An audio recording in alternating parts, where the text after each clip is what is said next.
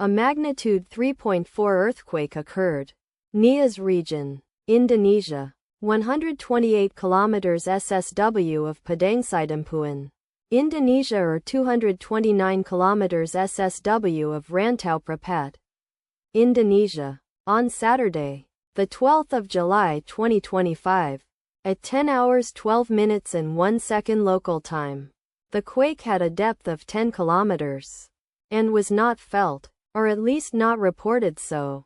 Data source from EMSC. Did you feel it? Let us pray. May the earthquake that occurred not affect our brothers and sisters there. May the earthquake not happen again. And may God protect everyone. Amen.